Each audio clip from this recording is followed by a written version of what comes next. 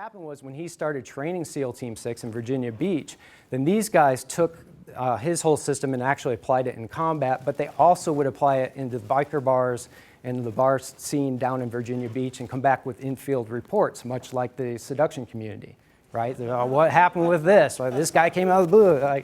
So it was so very similar, but out of this idea of killer instinct evolved. So it evolved to a point where when I started training with him, he still had government people coming to his house, and we had a lot of the SEAL team. So I got very intimate, got to see behind the scenes of this development of this, because this is the key, especially if you're talking about a combat situation. The SEALs have to be able to turn their killer instinct on and turn it off. Okay, and that's part of what we're talking about. We have to have the ability to go from 0 to 100, but back to 0, to keep a calm head. Right? It does no good if you're in a long-range firefight to be at 100. Okay? You have to keep a calm head. And this is the same thing in a street fight.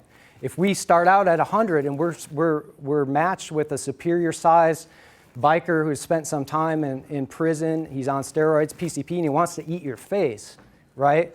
If we go force on force with that, especially me with my size, I'm going to lose. So there's a time and place to tap into this side of ourselves. And when we do tap into it, it is that killer, sadistic, total disdain for that which is in front of you. And that's a person who is trying to hurt you. But I want to go back, and I'm going to use the analogy of a street fight, because I'm hoping none of you ever has to street fight. But really, the street fight is an analogy for life, right? There's struggle, there's opposition, there's stress. There's hopefully sometimes when you're in trouble, your friends will jump in, but most of the time you're left to fend for yourself, okay? There's a beginning and there's an end, and sometimes there are those that conspire against you. So it really is an analogy of a struggle.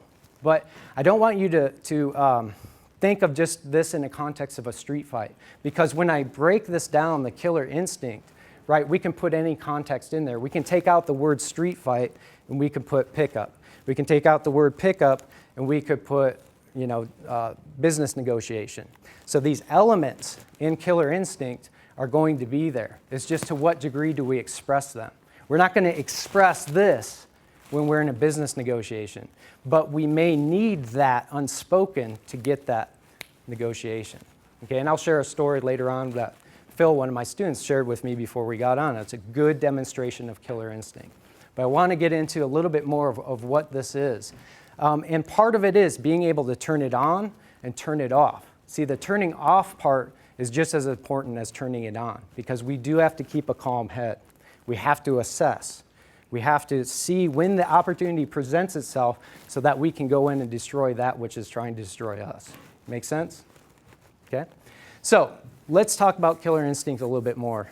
What I call, just for demonstration purposes, we're going to look at things as a scale. All right? And in the context of a street fight, we'll call this the scale of bad intentions, right? When it's not a street fight, we can call it the scale of intent and action. Because what I'm going to give you today is really, it's really a way for you to tap into a part of yourself that's there. Everybody has it. Believe me, I know. Because I was that introverted kid. In fact, my wife, before I came here, I told her she couldn't come because I get a little nervous, right? And so we had the luxury of going back home to see my family. And of course, anytime that happens, your family has evidence of what you used to be, right? And I was the head geek. I was actually the drum major for my band, which you can imagine didn't help my fighting life very much, right?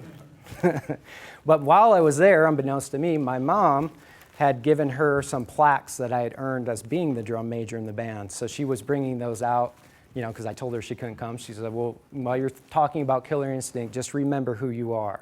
I was like, oh, and then I demonstrated this side of killer instinct, and I let her live, right? I took that. So, but that's part of it. So it's something that, the reason I'm sharing that is because it's something we can develop. If I can develop it, anybody can. And we need to develop it, not because we're going to go out and street fight, but because as men, we don't get to express ourselves. We don't get to tap into this side often enough. And conversely, some of us are so much here, we don't know how to do this, right? Where we're gonna get more in touch with our feminine side, more assessing. And both are equally important, okay? And what happens is by going to these extremes, you gain emotional mastery, okay? You're gaining a part of yourself. You're waking up that sleeping giant within yourself because it's a primal driver, okay? It is ki or chi. It is life force that you tap into, okay? It's not something we can sustain 100% of the time or even for very long because it taps our physical strength. But when you go there, and I'll show you how to do that more often, you will get more things for yourself. You'll be more assertive, okay? And you don't even have to oftentimes say anything because this is a primal mover of our species. And when you tap into it, other people, you will move other people. They will sense it, okay? And the same thing on this side. We're able to turn it down and we're okay with not being that, okay? Make sense so far? Okay. So, the scale of bad intentions.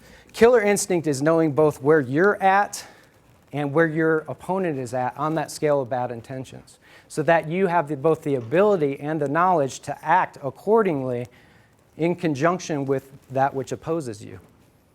Okay, so in a conversation, it's that perfect timing of when to enter that close, okay, or when to interject whatever it is you need to get your goal. Okay, in a street fight. And once again, this is the analogy. But most people, when they want to fight you, they're going to do so out of anger. Okay. Some people, they'll attack you for criminal reasons, but most of the time, a street fight is somebody out of anger. And I want to make this distinction. When I talk about a street fight, I'm talking about a life and death situation. I'm not talking about two guys going out on the street and settling things. Okay. Because we have to treat it with the respect it deserves. Okay? Any physical altercation can turn deadly. Even if it's a shoving match. Someone can shove you, you fall down, hit your head, you're dead. Okay? You push somebody, they hit your head, they're dead. And you have to treat it like that. So if we decide to go to this, our life is on the line in a street fight. Okay? That's very important.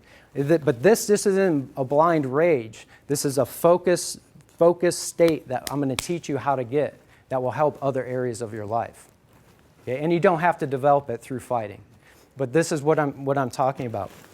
So we have this state, and when somebody is going to attack you, usually they're going to be at a 10. Let's say it's a scale of 1 to 10. They're pissed off. Where we want to be is at a 0 or a 1. Okay? We need to assess what's going on. We have to open our focus and our awareness to see what's happening. Okay? If we have the luxury of space. If we're going to fight and you're over there, this is good for me, provided there's no weapons.